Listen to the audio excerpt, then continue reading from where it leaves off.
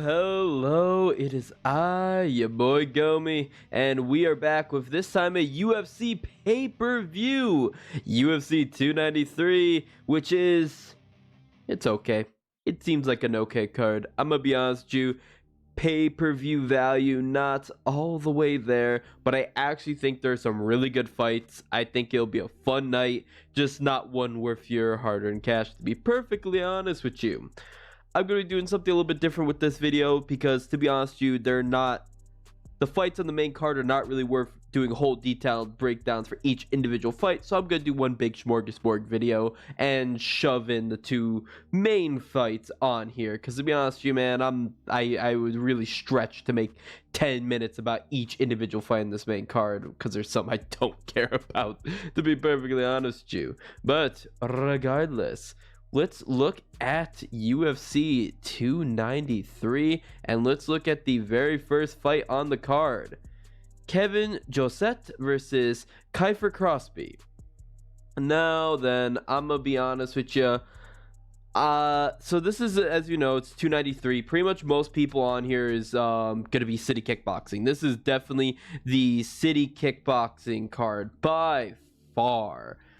And Kevin Josette is going to be City Kickboxing, I believe, making his UFC debut, if I'm correct. Yes, going to be his UFC debut, coming off Hex Fight Series, Eternal MMA. Those are really the only promotions that I know. I do not know Shuriken Fight Series, to be perfectly honest with you. Now then, he's going to be coming from France, and he trains with City Kickboxing, though. From what I've seen from him, he seems to be, again, a very talented kickboxer. We have not really seen much ground game coming from him, but that's because not really much of his fights have went to the ground, and he seems to be a guy who lives in decision. Meanwhile, Kiefer Crosby, I think he's really decent all-rounder. I hate his name of Big Daddy, to be honest with you, but all-rounder, pretty solid.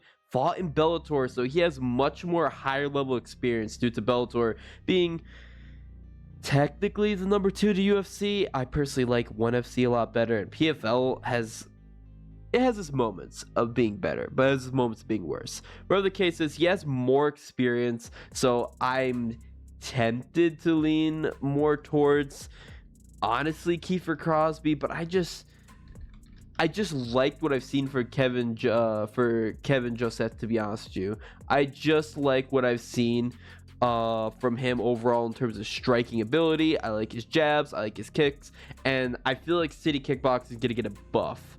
I feel like they're going to get a buff with all of their boys here, basically. Like, you're just missing Hooker Volko, who's only halftime there, and then Kaikara France, who was initially supposed to be there. So then, going to the next. Oh, for this fight, I'm going to be picking Kevin Josette to win this on a decision because he seems to live in decision. So that's my pick. I will say Kevin Josette seems to be a slight favorite. Okay. I had to pull up the odds because they don't want to pull that up on UFC's website too early, it looks like. Oh, no, they just don't like unranked fighters. So I see the odds here now. All right, Shane Young versus Gabriel Miranda. Fight sucks. This fight is Shane Young was a guy that a lot of people were really hyped on. A lot of people were really excited for Shane Young. I believe he got a lot of promotion, and then he came to UFC. He had a few decent fights, and then he went on a 3-fight losing streak, losing to Ludovit Klein, who I am not high on, but he is a parlay buster for me. Omar Morales and Blake Yeah, whatever the case is, New Zealander, yet he lost in Australia, which really sucks. He lost in Australia to Blake blah, blah, blah, blah, blah. I can't say his name. It's an easy name, and I can't say it. Regardless, from what I've seen from Shane Young, he does not seem to be that good. Gabriel Miranda has seemed to be good with an asterisk, because Gabriel Miranda, coming from that promotion that I had never heard of, to be honest with you, I looked it up. I looked up that promotion. Face the Danger. In trouble for padding, it looks like. And his record looks mighty not all that good, except when he fought someone decently. It was Benoit Saint Denis, who beat the living piss out of him. Somehow he made it out the first round. I think both guys are just just not UFC level, to be honest with you. I'm not hyped for either guy, and it's really hard to pick. I see Shane Young is coming in as a favorite. Go with Shane Young, I guess. I'm going to go with Shane Young. I'm going to go with him by decision because he seems to be a little bit more of a decision guy from what I've seen. But, Shane Young KO is actually very likely too. I don't know. Go Shane Young decision, but I'm not betting this. I'm not betting this this at all.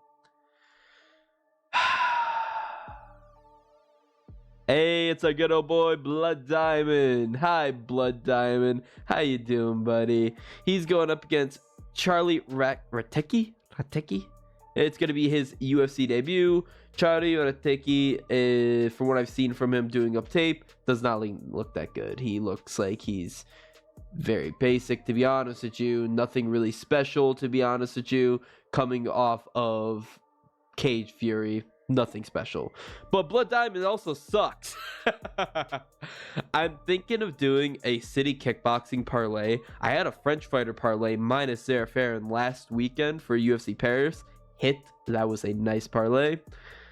I was thinking of doing a city kickboxing parlay, but the one I'm most shaky on is Blood Diamond. Not even most shaky. I just don't want to pick Blood Diamond. Blood Diamond, when he first came to UFC, he was hyped because he was going to be Israel Adesanya's primary training partner. So a lot of people really hyped for him. And he does have really good kickboxing, but good kickboxing skills. Doesn't mean he's good at imploring his kickboxing. Like, for example, Israel Adesanya, amazing kickboxer, but he's also good at making decisions that aren't just, I'm going to punch this guy in a really pretty way. Blood Diamond only can punch people really pretty ways. He sucks on the ground. He has poor decision making. I bought into the hype once. Then I gave him the benefit of the doubt because the next opponent he went up against in UFC was Jeremiah Wells, who Jeremiah Wells sucks. So I'm like, okay, Blood Diamond. Or no, it was Oren Corsesi. I forgot. He fought two trash cans. Orion Orion and Jeremiah Wells, both were garbage. Blood Diamond fought both of them. I had bought into the hype the first fight, gave him the benefit of that second fight. I am fading you in the third fight, even though Ratecki sucks in my opinion. Nice sucks, but he doesn't look all that. It's a UFC debut. They want to give Blood Diamond a win, but Blood Diamond, it's essentially basically like the Artem Lobov Conor McGregor situation, where Conor McGregor, his primary training partner was Artem Lobov, or one of them, and you think, okay, all them skills you have from garnered from Conor is gonna make you an amazing fighter. No, you're just probably a human punching bag, and that's probably what Blood Diamond is for Israel Adesanya, because I believe people said that's his primary or one of his primary training partners. He sucks. I'm not betting this fight, but official pick, I'm gonna go with Charlie Ratecki. I don't care. I don't care. Okay, those fights are garbage. Let's get to some good fights. Nasrat Haqparast versus Landon Quinones. Landon Quinones is making his UFC debut coming off the most recent season of The Ultimate Fighter. The Ultimate Fighter a lot of times will act as a contender series where they say, okay, we need to fill some people because this card is barren. It was empty. They had nobody, because nobody wants to fight in Australia with those taxes. But the card was barren. They're like, hey, Landon, want a contract? Kind of irrelevant, making the point of Ultimate Fighter a little irrelevant. I mean, granted, he's not getting a 6-figure contract, though I believe that's stretched over 3 fights, so not as good. But whatever the case is, homie wants some Venom coupons. He's going to take on Nasrat Haqparast. Nasrat Haqparast is going to be a more accomplished veteran. He's a very, very solid fighter overall. I don't think he's solid enough to be at the current betting favorite he is, which I have the odds pulled up. And Nasrat Haqparast is going to be a minus 455 favorite opening up on. Screw that. I think Nasrat's going to win, but that's treating it like he's some kind of elite monster. Nasrat's pretty solid, but he's been picking up some losses here and there. He lost to Dober, lost to Hooker, lost to Green. All of them are pretty solid like losses to have, but they're still losses, showing that he's not top 15 lightweight material. Landon Quinones has had some pretty solid skill. He did get subbed super early. Don't think though that's going to transition over. Ultimate Fighters, or the Ultimate Fighter, basically those guys hunt for finishes. Those guys fight a little bit more crazy because you want to make a big impression. So I think Nasrat's going to win this. I could see submission very live for Nasrat Haqparast. Submission is very live for him. He doesn't have any submissions, but he has a solid ground game from seen from Nasrat. But he mainly lives in decision. So I think your most likely bet, and what I'm going to be picking, is Nasrat Haqparast by decision. I think that's going to be a very safe bet. Potentially a lock of the night, honestly, but I don't know. I still just don't like those odds. I don't. You know what? The lock of the night is probably going to be the fight goes a distance, not Nasrat to win by decision as lock of the night. I don't know. Whatever the case is. On to the next fight.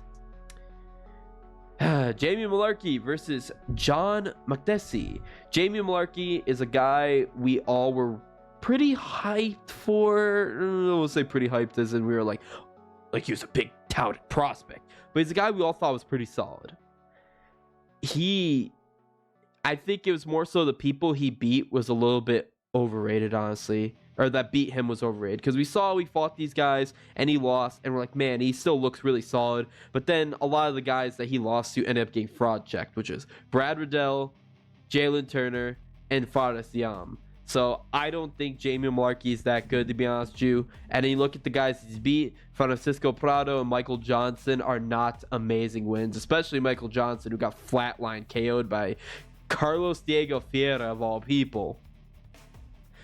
John Makdessi, though, on the other hand, is a okay fighter. He's had some fights in UFC. He's had some fights. He's had fights in UFC.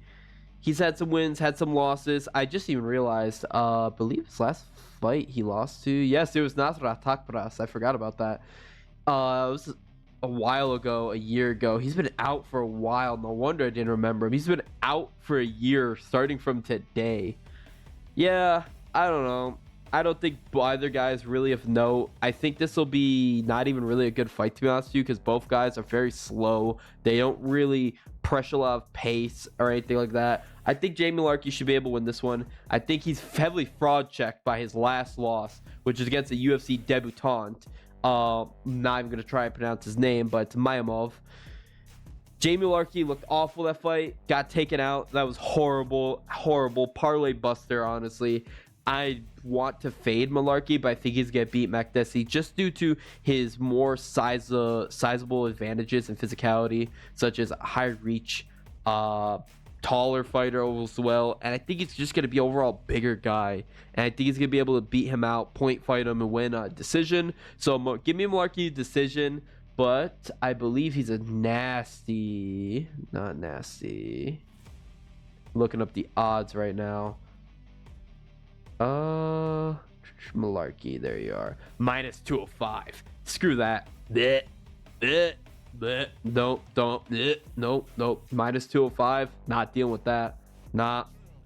I do really like round robins, to be honest with you. I've been doing really successful with round robins, but man, I don't want to put money on him. Maybe he'll get an Australia buff, but oh well.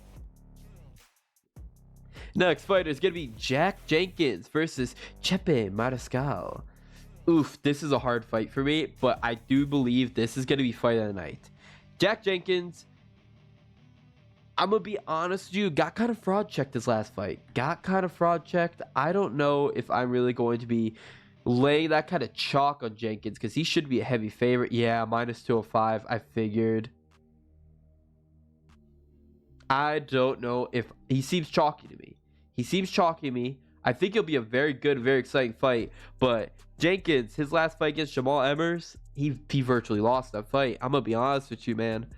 That fight was too close against Jamal Emmers. Other than that, he's had a lot of wins. Only 2 losses. And he's fought some decent decent opposition. Chepe, on the other hand, is coming off a pretty big and pretty interesting win against Trevor Peek. Also, I believe, was it not a lower, heavier weight? No, it was Trevor Peek moving up in weight. I really do like what I saw from Chepe Mariscal. I believe he was an underdog, honestly, on that card too, and I got him as an underdog. I like how he fights. I think he's very exciting and dynamic. I think Jack Jenkins is a little bit more calculated and precise with his striking. I think this should be a banger. I think this is definitely going to be a potential fight of night.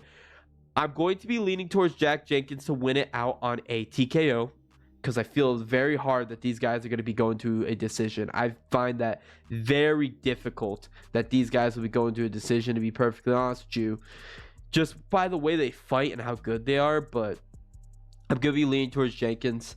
KO is very live. I think best options is double chance for Jenkins, KO, or decision. And yeah, it's going to be my pick. Carlos Ulberg versus Dawoon Jung. I like you, Ulberg. I'm not going to lie to you. So now we're getting to the interesting fights. We're getting to the good ones. We're getting to ones I like. Dawoon Jung, I don't think is good. I think he's pretty poopy. He's had some losses to Devin Clark, and then he got flatlined, knocked out by Dustin Jacoby. He's got a win over Kenny Nzechukwu. It's just pretty solid. It's aged very well. But Kenny Nzechukwu, I got fraud checked, and I called it. He was a massive favorite, and I called it. That was on the Nashville card. I think, courtesy of Dustin Jacoby, I forgot about that. So, Dawoon Jung, I don't think he's all that. Meanwhile, Carlos Ulberg is a guy I'm pretty high on. Yes, he lost to Kenny Nzechukwu. But after that, he's looked so dominant, so solid. His striking is beautiful, pinpoint, precise, powerful. He took out Io Pateria easily. He took out Tafwan Nchukwi easily. I am high on Carlos Ulberg. He's one of the reasons why I have a lot of faith in the City Kickboxing Parlay. I'm probably still going to run that, or at least a round robin, but I'm fading Blood Diamond. If I do a round robin, I'll do Blood Diamond. If I'm doing a parlay, I'm fading him. But Carlos Ulberg, he's a high confidence pick. I like his odds too, to be honest with you. Yes, that's not great odds. Like, you're not really making a lot of money by putting that on Carlos Ulberg. What is he at? Minus 305. You're not making a lot of money, but he's such a high confident pick. I take it back. He's my lock at night. Carlos Ulberg is my lock of the night. I like him to get the W over Dawoon Jung. I'm going to say TKO. I don't think he'll do it round 1, to be honest with you. I think Dawoon Jung's a little bit tougher, so I'm going to give it round 2 TKO for Carlos Ulberg. And now we're going to go to the main card. The main card, I will be honest with you, this is a fight night. This is a really, really good fight night. This is not a pay-per-view. Let's be honest here, guys. What the heck, man? What the heck? All right, we're going to have Tyson Pedro versus Anton Turkalj. Anton. I, as many people, do not like Anton. I don't think he's that exciting. And a lot of people really like him just for his nickname of the Pleasure Man. I think it's stupid. I think he's weird. And the one time I ever bet on him, he screwed me, which was against Vitor Petrino. I thought he was going to be able to take him out. He lost, and he didn't look very impressive. What's his other fight in the UFC? Because he's 0-2 in the UFC. It is a short-nosed fight against Jailton Almeida. You lose to Jailton Almeida, that's okay. That's okay. It's Jailton freaking Almeida. That's fine. You don't lose much stock for that. But still, the thing still stands that he's 0-2 in the UFC. Tyson Pedro, on the other hand, has been pretty solid. I will be on. I believe he had like a lot of injuries, and then he finally came back at 278 after some injuries. No, it was he came back at Fight Night Lemos versus Andrade, which he won against Isaac Verlunia. But yeah, he had a lot of injuries, but I still think he's pretty solid. Tyson Pedro has some really solid striking. I think he's very powerful. I think he's explosive. It's just that in his last fight, he didn't really look good at all, man. I was surprised. And it was in Australia, so maybe the Australian didn't buff him being in Australia. Maybe it gave him nerves. I don't know. Anton Turkalj could, yes, out wrestle him probably. He's got better wrestling. He has very high takedown average. Damn, I didn't know his takedown average was that high. But I think Tyson Pedro has the better striking. Tyson Pedro opened up as a pretty big underdog, I believe. Now they're even up, it looks like. Okay, they evened up relatively, but Pedro went back to being a slight underdog at minus 105, basically a pick'em. I'm going to be leaning towards Tyson Pedro to win, probably on decision though, because I don't know if he's going to be able to take out Turkalj, but I feel that Anton's going to focus too much on the grappling, maybe get some crowd control time, but control time, as we know, that doesn't win you the fight anymore. It's not like that anymore. You're going to have to do damage, and I feel Tyson Pedro, as long as he could survive, as long as he could not get knocked out and just land some shots, I think he could win on a decision. So give me Tyson Pedro. I think he'll be winning on a decision. This is one of the main reasons why I'm not doing individual videos for every fight in the main card. Because why the hell is Justin Tafa versus Austin Lane on the main card? What was their... So this is a rematch after Austin Lane basically just eye gouged Justin Tafa. But this is also a fight that I'm like, why are we running this back? I didn't need to see this. I don't care. I just need to be honest with you. I don't care about this fight.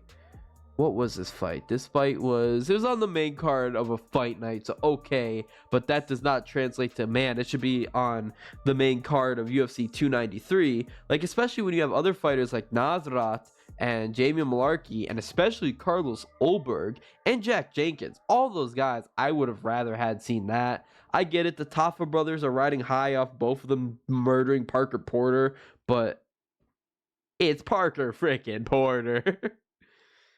Yeah, Justin Tafa's got some really explosive power. Austin Lane, though, one thing to be wary about him is he is a very athletic heavyweight. You can see he's a very slimmer guy.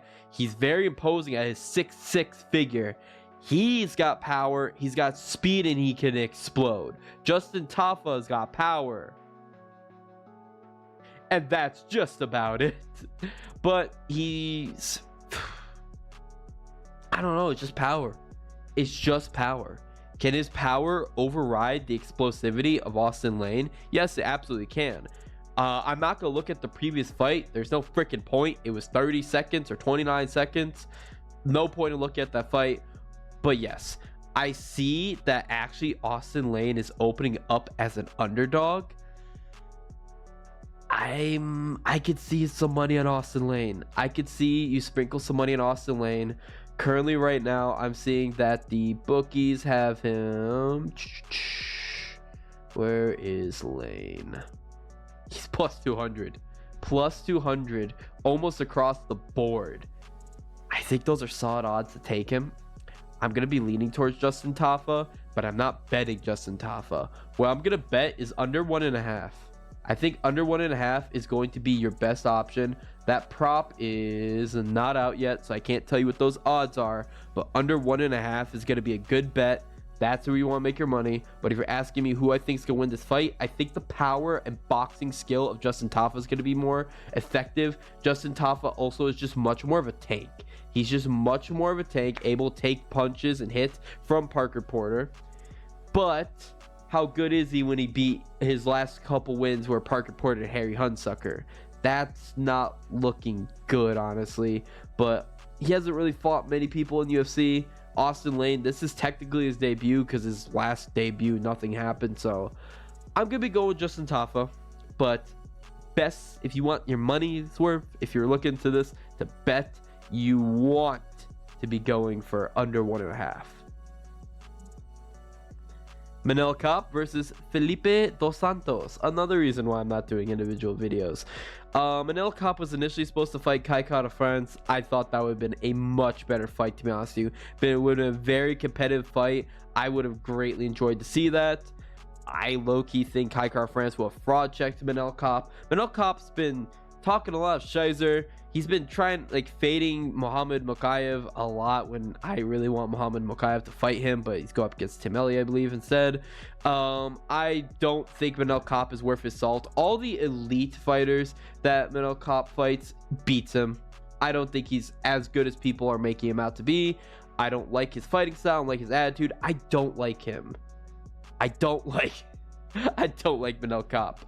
But Manel Kape, that's just the thing. He's a pretty efficient striker. I like Felipe Dos Santos, though. Felipe Dos Santos is a UFC debut, but if you don't know, he's a Charles Oliveira. Trains out Shooto Box. He is an exciting fighter. He is young as hell, by the way. God damn, you know you're young when I'm older than them. But yes, he is a very explosive fighter. He can submit you. He can knock you out. He goes for broke. Very rarely are you going to see this guy go to a decision, to be honest with you. I feel like how he fights, especially against UFC caliber talent, like Manel Kape is a top guy, you're not going to see this fight go the distance. Manel Kape is not an elite level finisher, to be honest with you. His last finish was against Zalgas, who, and that was 2 years ago, so not really enigmatic finisher, but I feel Manel Kape being away for so long, not due to his own fault, but due to most of his opponents falling out, I feel like there's going to be some anger, some rage. He really wants to get in there against a Felipe Dos Santos, a Charles Oliveira like that, who's explosive and dynamic. I feel this fight, no matter how you look at it, best bet is going to be the fight does not go distance. I do think Felipe Dos Santos, there's a chance that he could fraud check Manel Kape, and I would love to see that, but I think Manel Kape's going to get it, and I think Manel Kape's going to get a finish. Whether it be KO or submission, I think KO is more likely. I don't see a way this fight goes the distance, to be perfectly honest with you, and I think it's going to be a very exciting fight. Another contender for fight of the night, despite me normally not thinking Manel Kape is really exciting fighter.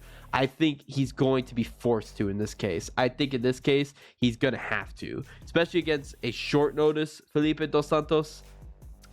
Yep, whatever case is, give me Manel Kape by finish. Anyway, that's why I'd recommend just if you have the finish prop, take it, or double chance it, KO or submission. But KO or decision's also likely, but I see no way. And then we're going to go to the co-main event of the night. Tai Tuivasa versus Alexander Volkov. This is the co-main event, and it's not really worthy of being a co-main event, to be perfectly honest with you. I think it's going to be a fun fight. I like Tai Tuivasa. I love Volkov. I love Tuivasa too. I think this is going to be a very, very fun fight, to be honest with you. But I don't think it's going to be a very elite level competitive fight. So let's break down the tale of the tape. Heavyweight showdown between Tai Tuivasa and Alexander Volkov. Tuivasa is going to be 30 years of age. 15 wins, 5 losses. 14 knockouts, 0 submissions, 6'2" in terms of height, southpaw stance, 75-inch reach disadvantage, 0 takedown average, not one. He hasn't even attempted a single goddamn takedown. Swang a bang, just bleed. 52.69 significant strike accuracy, a plus 190 underdog for him. And he has significant wins over... Oh, that is not right at all. That is not right at all. He has significant wins over Derek Lewis. Geez, I don't think off the top of my head. Derek Lewis, Greg Hardy, Augusto Sakai, and Stefan Struve. Okay, there we go. I think he beat... Yeah, I'm not going to mention Harry Hunsaker. But yes, those are going to be his significant wins. Ignore that. The graphic is incorrect. So, standing across from him is going to be Alexander Volkov. He's going to be 34 years of age, 36 wins, 10 losses, 24 knockouts, 3 submissions, 6'7" in terms of height. Orthodox stance, 80-inch reach advantage. Oh my god. A 0.51 takedown average, 61.92% significant strike accuracy, minus 230 favorite. Significant wins over Alexander Romanov, Jairzinho Frozen Strike, Marcin Tybura, and Alistair Overeem. Wow. This is a knockout. This best bets. I'm telling you right now, best bet for this fight by far. Just bet the fight does not go a distance.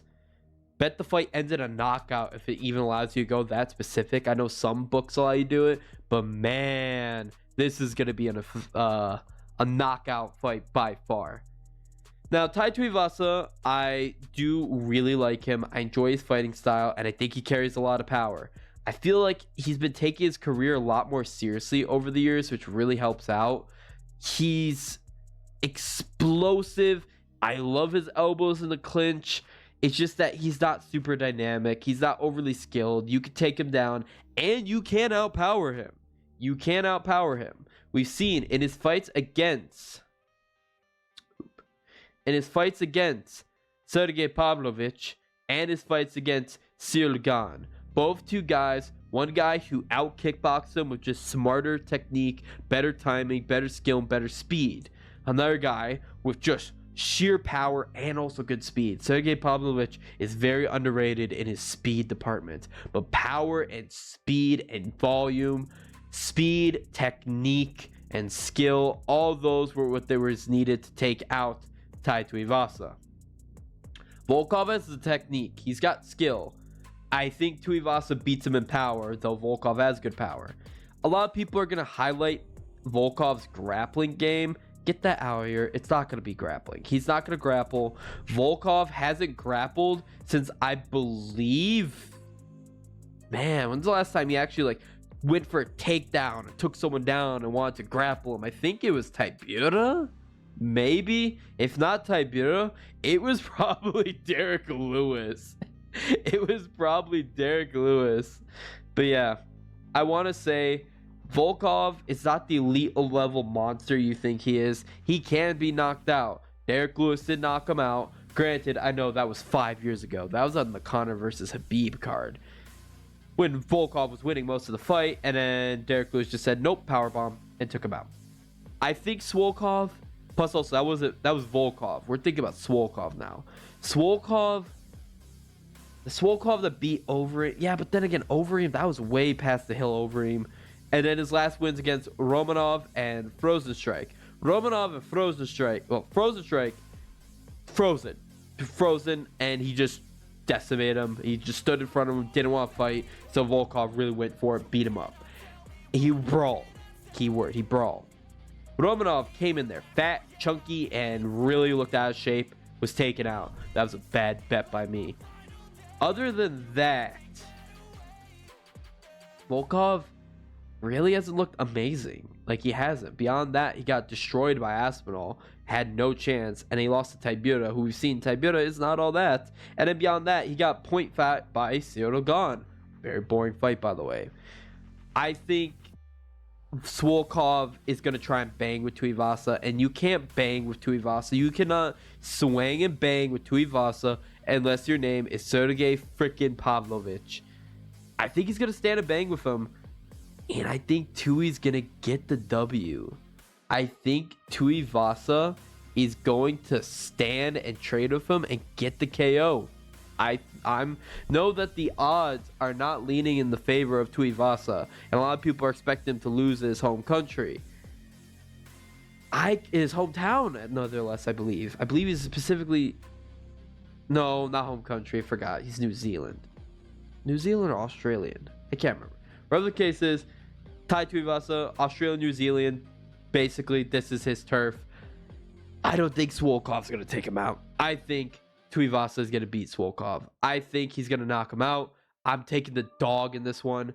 I feel KO for Tuivasa is a good bet. Since we're picking the dog, you can either just straight bet Tuivasa, but he's going to win by KO. You could screw me like last week when I took Volkan Oezdemir by KO and he decided to submit him. But I think Tuivasa is going to knock him out. I definitely think he's a good pick. So yeah, give me Tuivasa by KO. I think his striking and clinch game, and also those elbows.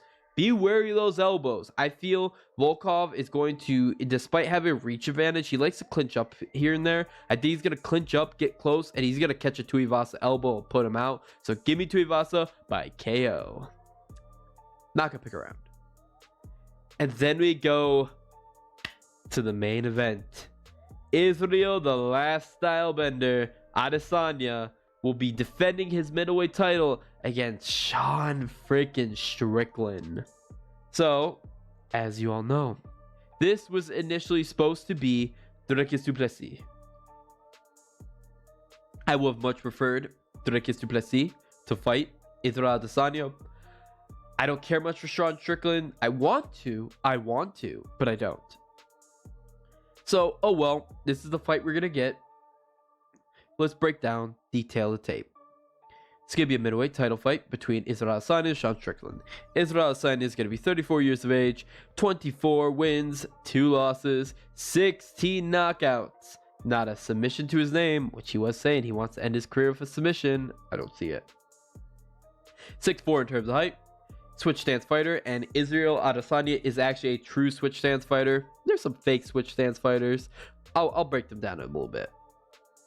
He has an 80-inch reach advantage. He has a 0.06 takedown average, my god. A 53.63% significant strike accuracy, a minus 650 favorite. Heavy favorite. He has significant wins over Alex Pereira, Jared Cannonier, Robert Whittaker twice, and Marvin Vettori twice. Solid. And that's just significant wins based on relevancy and recency. Trust me, he's got much more, as you all know. Sean Strickland is going to be 32 years of age, 27 wins, 5 losses, 11 knockouts, 4 submissions, 6'1" in terms of height, orthodox stance, 76-inch reach disadvantage, a 1 takedown average, a 43.19% significant strike accuracy, plus 460 underdog, with significant wins over Abus Magomedov, Nasruddin Imamov, Jack Hermanson, and Uriah Hall. Ugh. So first off, Israel Adesanya. He wants a submission. It's not happening. He needs, like, Sean Strickland's not garbage. He's not. He's actually a really good fighter. But if you really want to get a submission, Izzy, you should have did it on your come up. You should have did it on those up and coming fighters. At this level, nobody's gonna make a dumb mistake and get submitted unless you have really, really good submission skills and you've really been working on it. Which Israel Adesanya, I don't think he's been working on it at all, to be honest with you. Israel Adesanya, dude, he's strong, man. He's like, I don't know why people doubt his strength. Israel Adesanya is coming off that flatline KO of Alex Pereira. I was there live. Alex Pereira was out. He was out bad.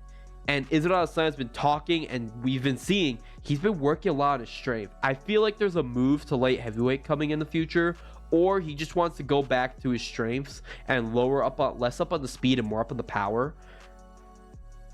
I know Israel Adesanya has historically made me a lot of money by betting decision.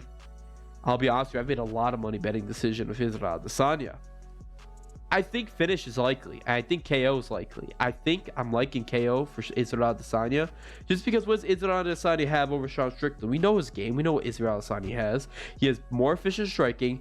Leg kicks able to piece him up. He's able to clip him on the feet. He's got good power in his hands. You can't say he doesn't have good power in his hands. When he KO'd Pereira, KO'd Paulo Costa, he can KO people.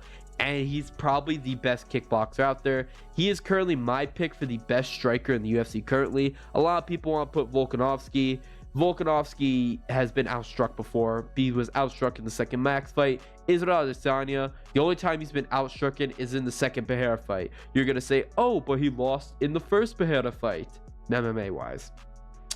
He was not outstruck. He won the majority of the fight, but then he got knocked out because he got clipped. Nothing to take away from Alex Pereira.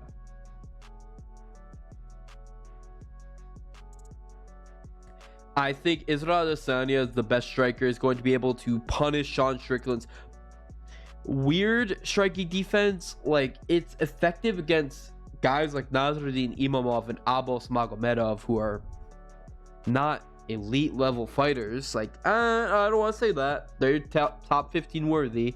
Imamov in the top 15, but they ain't top 5. They ain't touching Izzy. His striking defense is good against those, but then when you see Sean Strickland go up against someone like Alex Pereira, that blocky defense is proven to be primitive. It's proven to be immature and pointless, and he was absolutely KO'd by by Alex Pereira. I think Alex Pereira is more power than Israel Adesanya, of course. I don't think Israel Adesanya is probably going to KO him round 1, but I think Israel Adesanya can KO him in the later rounds. Also, too, those leg kicks in high volume was giving Strickland a lot of trouble. Israel Adesanya is normally a defensive counter striker with not a lot of volume. If he goes into volume, really pushes the pace, he gets to have the same success Abos Magomedov had in round 1 against Sean Strickland, because Abos was piecing him up. He just gassed out. He was doing a lot of damage. Those leg kicks were hurting him really bad. He was throwing good volume. He was definitely could have won had he not gassed out. That problem will not be the same for Israel Adesanya. Israel Adesanya will not gas out. He has one of the best cardio gas tanks in the UFC. And it's been proven against elite fighters. And then let's couple into it that even though Sean Strickland's been in the UFC longer than Izzy Defends, I believe, because he used to fight at welterweight. He fought Kamaru Usman, by the way. Got destroyed by Usman. He even said he had no chance against him. But yeah, he's been in the UFC. Well, what am I saying? I think he's been in the UFC for a long time. 2014. He lost to Ponzinibbio. I forgot about that. But yeah, I think Israel Adesanya has the better experience though. Sean Strickland's been in there longer, but Israel Adesanya has the better championship experience, and he has the better quality of fighters that he has went up against. Like I said, I alluded to it, but Israel Adesanya, his record is stupid. A win over Pereira, Cannonier, Whitaker twice, Vettori twice, lost to Blachowicz, win over Costa, Romero. I don't want to think about that fight. Ignore it. Screw that fight. Silva, Anderson Silva, Kelvin Gastelum, Derek Brunson, Brad Tavares ends up being pretty trash, but it's still a win. And Rob Wilkinson, who was dominating the PFL until he popped for steroids. Like, Israel Adesanya, the worst person on this list he's fought is Brad Tavares. And I'm gonna be honest with you, I think the second worst person third. I think Sean Strickland is probably the third worst person Israel Adesanya has fought. I think Brunson's better. I think, Vettori's better. I think Cannonier, Gastelum are better.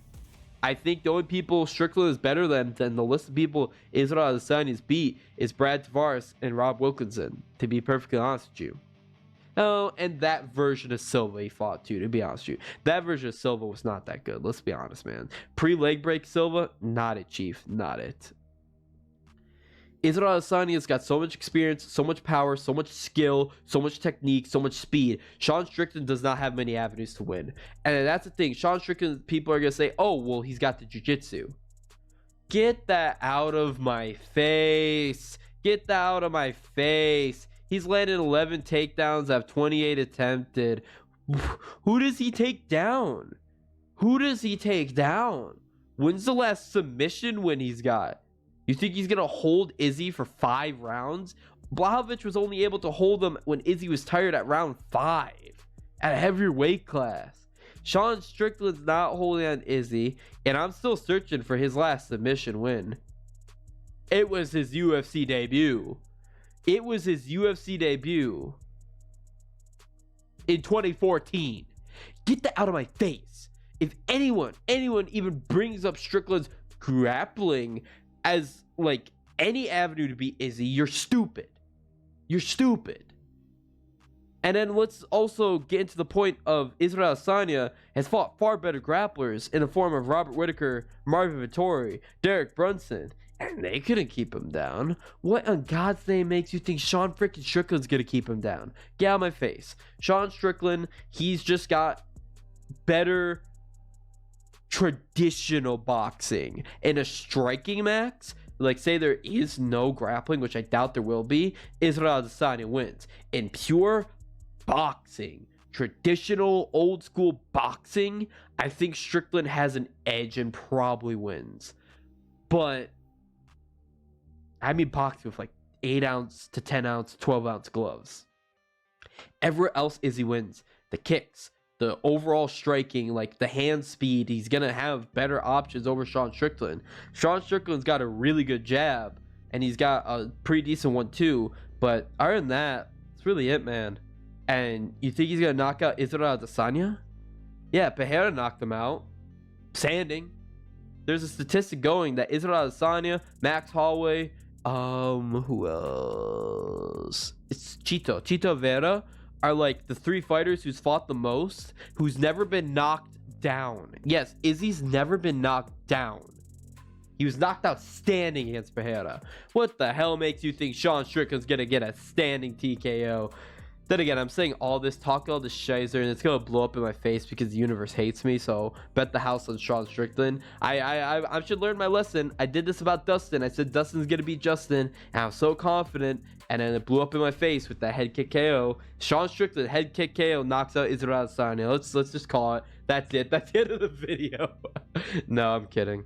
Israel Adesanya has more advantages and more tools to beat Sean Strickland. Sean Strickland is not going to be able to knock him out. And another thing about Sean Strickland, I want to like the guy because of all this, oh, I want to be a first man to kill a man in the ring, oh, all this tough stuff. But if you look at his fights, they're boring. They're simply boring. Like, he's just a basic jab and 1-2, and that's all he really does. The only really exciting fights that I've seen him really had was his fights against Abus Magomedov, who gassed out, and Nasruddin Imavov was okay, but Imavov's always been a boring fighter. I'm not a fan of this fight, to be honest with you. I think this is an easy win for Israel Adesanya. I'm going to be leaning towards the KO prop, to be perfectly honest with you. Inside the distance, if you really want to believe into what Izzy's saying about that submission, but homie, no. He also thinks Sean Strickland's going to wrestle him. I feel Sean Strickland's going to try a little bit, and he's going to have the same amount of success that Marvin Vettori did. And it's going to be like that, but then Sean Strickland's going to give up on that and go to brawling, and I think Izzy's going to take him out. So, give me Israel Adesanya by KO. A much more likely bet, though, is actually decision as well, too, but you're not going to get money for that. You're not going to get money from straight betting him, so might as well throw a little bit of chance on there and put Israel Adesanya by KO. So, that is going to be UFC 293. Those are my detailed picks, my breakdown. I did this as a little bit of a different version of how I normally do it, so I hope you guys enjoy it. Be sure to like and subscribe. Leave a comment below as well too. Let me know what you think your picks are. I really want to hear from you guys. I really want to get some good feedback from this, and let me know if you like my picks. I'll also make sure to post whatever bets I do on Twitter as well too. You can follow me at Ultimate Gomi. So once again, this has been your boy. Bye bye.